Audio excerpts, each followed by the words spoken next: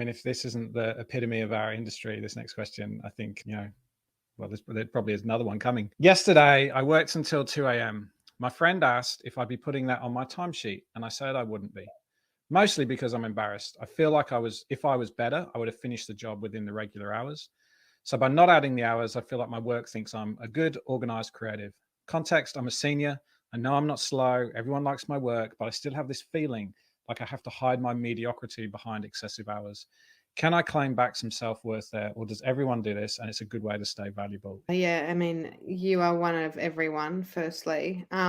This is actually the model of our industry is broken. So firstly, head hours and time boxed work is actually completely incongruent with creativity. So basically, when you time constrain creativity, everything can become derivative. And what's happened is that people like you and like all of us have just propelled and perpetuated this system where we get more for less. And it's, the agencies have perpetuated it and clients.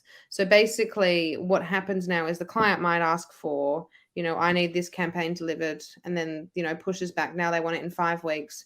And that over time becomes the norm. And that's what's happened. So things that used to have 3 months to be delivered now have 5 weeks, sometimes 5 days. And so that's the cycle that's happened, where it's now an expectation that you can deliver the same output within less inputs, and it's not just you that does this. The self-worth thing, I think, is you can hopefully try to drop that, because I think we can talk about how you can, but it's definitely not just you. I used to do this all the time. I don't know why we feel like we can't be honest, whether it's because then we're not doing a good enough job, or we look like we're complaining, and there's this really big stigma in agencies about not complaining and just sucking up and doing it. And also there's kind of that bastion of suits who rule, and so it's very hard to push back, because from my experience in agencies, the argument you have most of the time is we don't have enough time, and you just go round and round in circles being like, no, we need more time and our team needs more time, and you end up doing the job at the same amount of time. You've just wasted your energy arguing. So completely understand by that.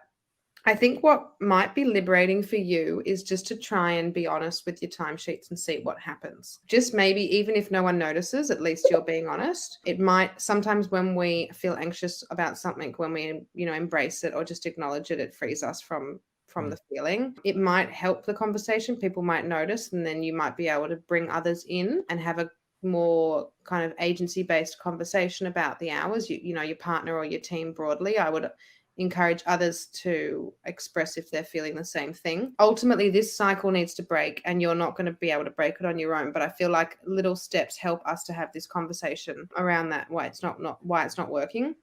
Alternatively, smart agencies, our company, we don't do head hours anymore, our timesheets. It's all, value-based, output-based work, because it shouldn't be costed around that, and as an asset you're over delivering and the business itself isn't getting its value from you. So otherwise you could look for places that have a more modern approach to your time and output. But firstly, don't worry about your self-worth, because you sound like you're very good at your job, you're competent, you're amazing. You need them to support you more, not the other way around. Excellent. Erica, anything to add there? Yeah, so I put some links in the chat about some really good fact sheet workbooks. Got it all wrong, but you get the gist. Some really great exercises to work through some of that negative thinking. I think the thing I'll throw in on top, because I agree with everything you've said, Nikki, is around sleep. So it's not something that we really understand. And I think ever since I've learned about it, I've never done a 2 a.m. ever again.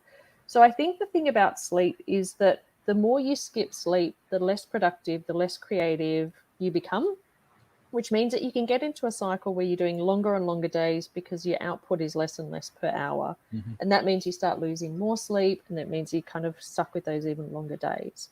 So I think the magic of sleep around things like mood, creativity, innovation, memory, concentration, it all happens in the last 6 to 8 hours of a really solid sleep cycle. So that's your REM sleep that happens right at the end. When you're actually doing those long nights or short sleep cycles, what you're doing is you're messing with the stuff that actually makes you really creative, like focused, and actually really solid in who you are as well. So your mood's much easier to regulate. You're not feeling as stressed. So I think if you kind of start with that 6 to 8 hours sleep and then work backwards, it's often you end up in a much healthier more productive and more innovative space than you're doing the other way around. So I think it's, checking in on how realistic your standards are, whether the workload's coming from your expectations or coming from the organization as well. But Nikki, I'm happy to leave that in your camp because you know the industry better than I do.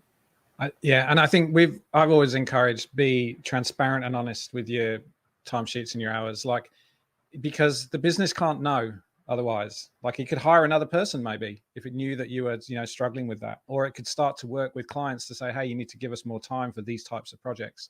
But if they don't know, they'll just continue making decisions that will perpetuate the situation that you're in. So it's always, I think it's better to do that. And, if your organization doesn't value that, then, maybe there's another one that does. Okay.